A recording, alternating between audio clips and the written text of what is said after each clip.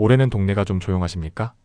우리는 사계절이 뚜렷한 나라에 산다고 배우지만 사실 대한민국 유권자들에게는 또 하나의 주기적인 계절이 존재합니다. 바로 선거철입니다. 대선과 총선, 그리고 지방선거까지 차례로 찾아오며 온 나라가 들썩입니다. 막대한 예산이 소요되고 국민들이 느끼는 피로감도 상당한데 왜 우리나라는 이 선거들을 한 달 한시에 묶어서 끝내지 않고 굳이 쪼개어 놓은 것일까요? 오늘 준비한 주제는 바로 이 분리된 선거 주기 뒤에 숨겨진 헌법적 설계, 그리고 선거 이후 전국의 주도권을 좌우하는 대한민국 공직선거법의 엄중한 위력에 대한 이야기입니다. 최고 권력자부터 일반 유권자까지 예외 없이 적용되는 선거법의 실체를 파헤쳐 볼 테니 시작에 앞서 구독과 좋아요, 알림 설정으로 힘을 보태주시기 바랍니다. 선거 주기가 이처럼 복잡하게 얽혀있는 것은 결코 우연이 아닙니다. 여기에는 1987년 민주화 항쟁 이후 특정 세력에게 모든 권력이 집중되어 독주하는 것을 원천 차단하겠다는 우리 국민들의 뼈저리게 깨달은 설계가 숨어 있습니다. 견제와 균형을 상시화하기 위해 일부러 대통령 임기는 5년, 국회의원과 지방선거는 4년으로 다르게 설정한 것입니다. 임기를 서로 엇갈리게 만듦으로써 국민들이 12년 주기로 끊임없이 권력을 감시하고 수시로 중간 심판을 내릴 수 있도록 구조화한 것입니다. 실제로 야당이 지방선거에서 압승하고 여당이 참패하는 결과가 나오면 정부의 국정 운영에는 즉각 강력한 제동이 걸립니다. 확인된 민심을 명분으로 삼은 야당이 정부의 일거수일투족을 환미경처럼 감시하기 시작하기 때문인데요. 이때 야당이 정부와 여당의 독주를 견제하기 위해 꺼내드는 가장 강력한 무기가 바로 대한민국 공직선거법입니다. 선거 승리로 기세를 잡은 야당이 이 선거법이라는 날카로운 잣대를 어떻게 활용하는지, 그리고 이 법이 가진 사법적 위력이 어느 정도인지 실제 사례를 통해 낱낱이 짚어보겠습니다. 많은 이들이 대통령은 국가의 최고 권력자인데 선거법 규정 좀 어긴다고 해서 무슨 타격이 있겠느냐고 생각합니다. 하지만 결코 그렇지 않습니다.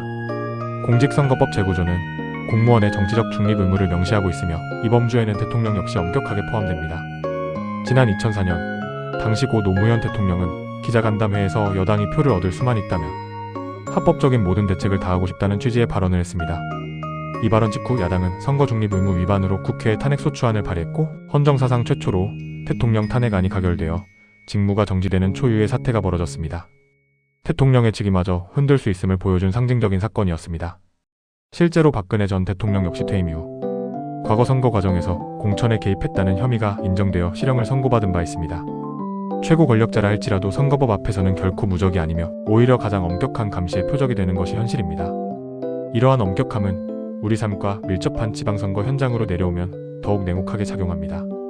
수많은 지방선거 후보자들이 중도 하차하는 가장 대표적인 원인은 바로 기부행위 제한 위반입니다. 현행법은 선거 구민에게 금품이나 음식물 등 재산상 이익을 제공하는 행위를 철저히 금지하고 있습니다. 시장 선거에 출마한 후보는 선거운동 기간 중 단골 식당을 찾았다가 마침 그곳에 있던 지역 조기 축구회 회원들의 식사 비용 수십만 원을 자신의 카드로 결제했습니다. 우리 사회의 통상적인 정서로는 호의로 여겨질 수 있지만 선거법의 관점에서는 명백한 범죄입니다. 결국 후보는 법원에서 벌금 200만 원을 선고받았습니다.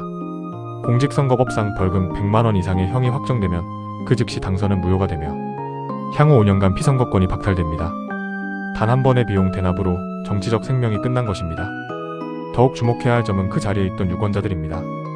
선거법은 공짜 음식을 제공받은 시민에게도 10배에서 최대 50배에 달하는 과태료를 부과합니다. 대접받은 식사 한 끼 때문에 과태료 처분을 받는 사례가 실제로 존재합니다. 온정주의는 선거법 앞에서 결코 면죄부가 될 수 없습니다. 시대가 변하면서 선거 양상은 스마트폰과 SNS 공간으로 옮겨왔고 이에 따라 허위사실 공표 및 후보자 비방죄가 급증하고 있습니다.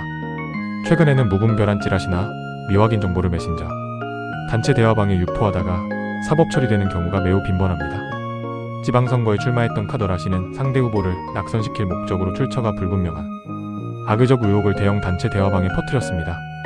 이 메시지는 인터넷 커뮤니티로 무차별 확산되었으나 조사 결과 전혀 근거 없는 허위사실임이 증명되었습니다. 결국 해당 후보는 당선 무효를 넘어 실형 선고를 피하지 못했습니다.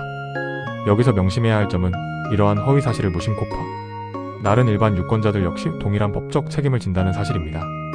단순히 받은 글을 전달했을 뿐이라는 항변은 통하지 않으며 유권자들의 가짜뉴스 유포 행위에 대해서도 법원은 매우 엄격한 처벌 기조를 유지하고 있습니다.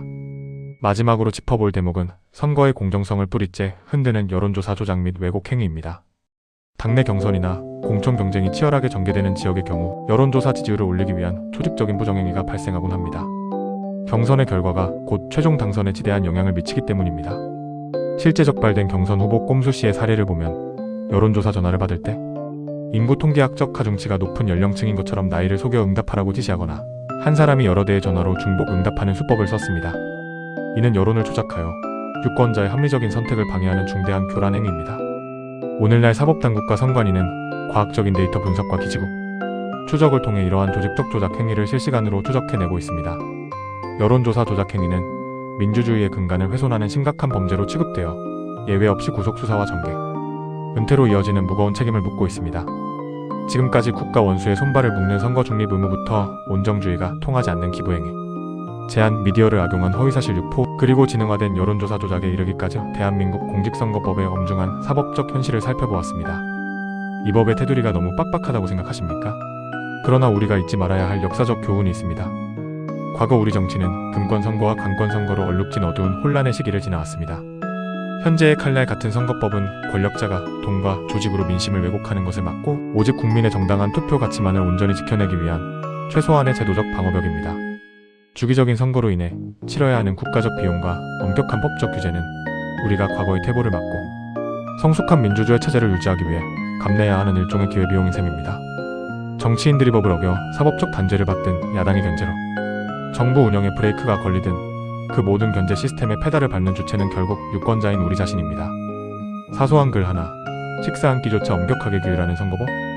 체제 속에서 우리가 행사하는 한 표의 무게가 얼마나 엄중한 것인지 다시 한번 깊이 생각해보게 됩니다.